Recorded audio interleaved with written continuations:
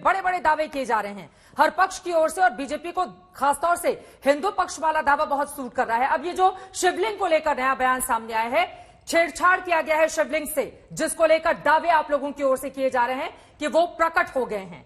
कितनी सच्चाई है, ये सच कैसे सामने आएगा? और पहले से ही बार बार इस तरह का माहौल बना दिया जाना कि वो शिवलिंग ही है और उससे छेड़छाड़ किया गया है, क्या माहौल को बिगाड़ने की कोशिश नहीं हो रही है जो मुस्लिम पक्ष आप लोगों पर आरोप लगा रहा है? एक सबसे पहली बात कि भारतीय जनता पार्टी सत्य के साथ है, न्याय के साथ है, संविधान के साथ है। सत्य क्या है? काशी जो है वो औरंगजेब के नाम से नहीं जानी जाती है, काशी श्री विश्वेश्वर की है, श्री विश्वेश्वर की रहेगी। श्री विश्वेश्वर से उसको कोई अलग नहीं कर सकता। और इसको 12वीं सदी से लेकर 20वीं 21वीं सदी तक जितने भी आक्रमण किए गए, सारे आक्रांताओं के प्रयासों को विफल करने के बाद भी श्री विश्वेश्वर की काशी श्री विश्वेश्वर की है। अब अगर न्याय के साथ, वैज्ञानिक प्रमाणों के साथ अगर हिंदू पक्ष खड़ा हो रहा है तो हम उसका विरोध करें क्या? न्याय का विरोध किया जाना चाहिए क्या?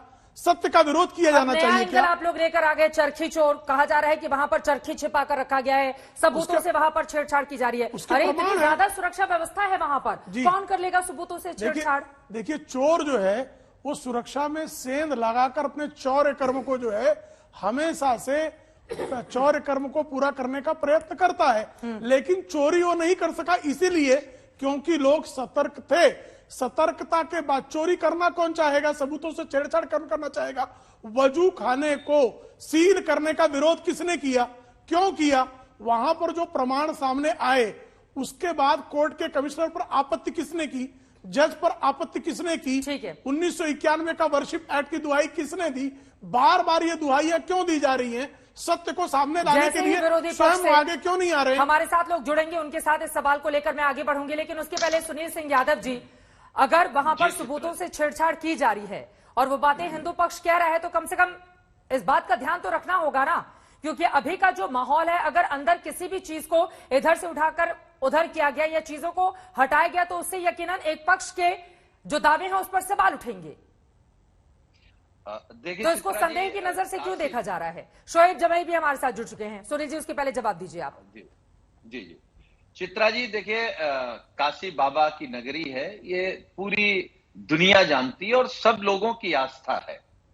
जहां तक सवाल है कि उस कैंपस पर चोरी का आरोप हिंदू पक्ष ने लगाया है या चीजों से छेड़खानी करने का आरोप अगर हिंदू पक्ष लगा रहा है, तो आप बताइए कि काशी कहां है, किस प्रदेश में है, उस प्रदेश में सरकार किसकी है? माननीय न्यायालय ने जब सख्त निर्देश दे दिए कि वो कैंपस सील रहेगा, वहां कोई आ जा नहीं सकता है, तो फिर बताइए अगर कोई चीज हो रही है, अगर हिंदू पक्ष कह रहा है, तो इसका मतलब सरकार कहां खड़ी है? सरकार क्या कर रही है? सरकार की क्या जिम्मेदारी है? तो इसका मतलब इन सब कामों में कहीं ना कहीं सरकार भी इन्वॉल्व होगी। और ये अच्छी बात है कि संविधान को सब लोग माने, कानून को सब लोग माने। मामला माननीय न्यायालय में गया है तो साक्ष्य देखे जाएंगे, चीजें देखी जाएंगी और जो सच होगा वही सबके सामने आएगा। हाँ। और सबको वही मानना है।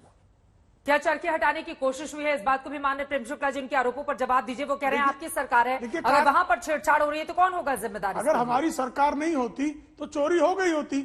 हमारी सरकार है, सतर्क है, चोरों, गुंडों, बदमाशों, बलात्कारियों के विरुद्ध है, इसी के कारण तो चोरी हो नहीं पाई। इसीलिए तो चौर्य कर्म करने वाले जो है अब कानून की जद में है, वो पकड़े जाएंगे।